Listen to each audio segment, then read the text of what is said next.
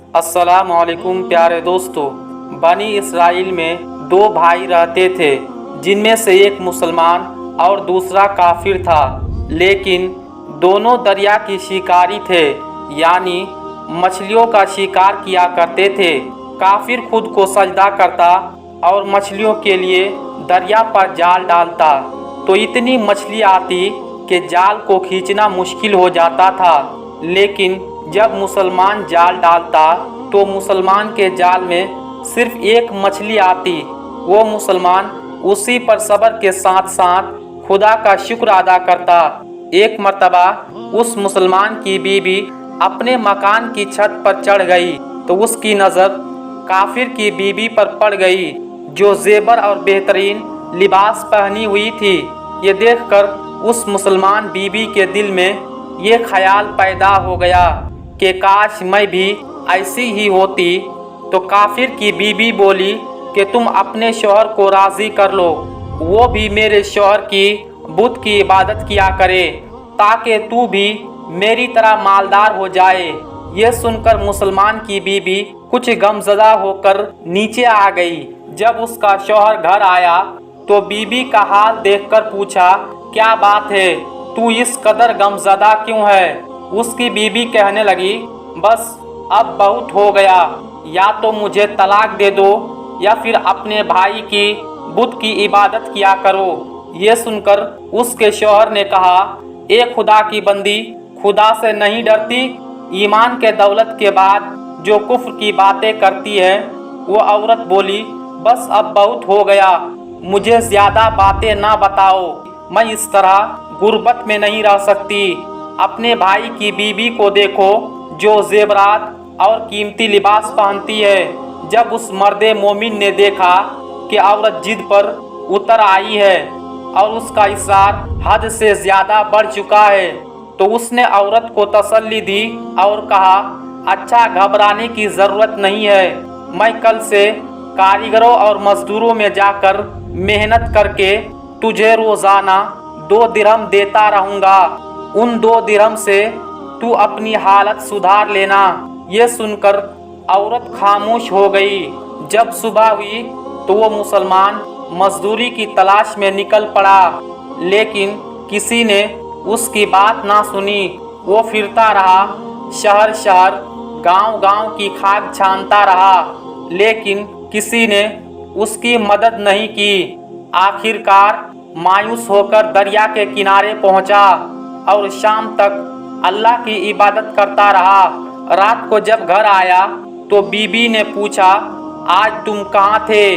तो वो कहने लगा, मैं बादशाह की खिदमत में था। बादशाह ने मुझसे 30 दिन काम करने का शर्त रखी है। उसकी बीबी बोली, आखिर तुम्हें वो बादशाह क्या देगा?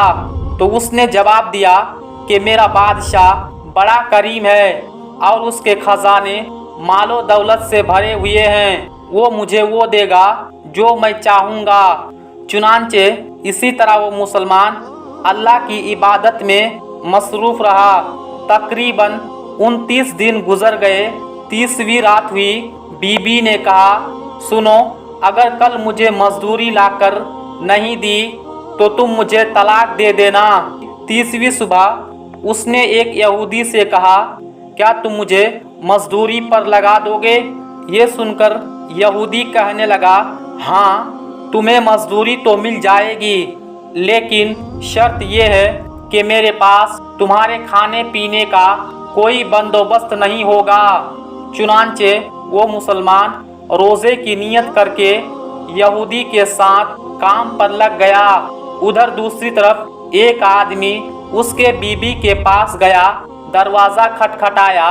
जब उसकी बीबी बाहर निकली तो उस आदमी ने उसकी बीबी को 29 अशरफियाँ दी और कहा, ये तुम्हारे शौहर की मजदूरी है। तुम्हारे शौहर 29 दिन से यहाँ तक कि तुम्हारे शौहर ने बादशाह को छोड़ दिया।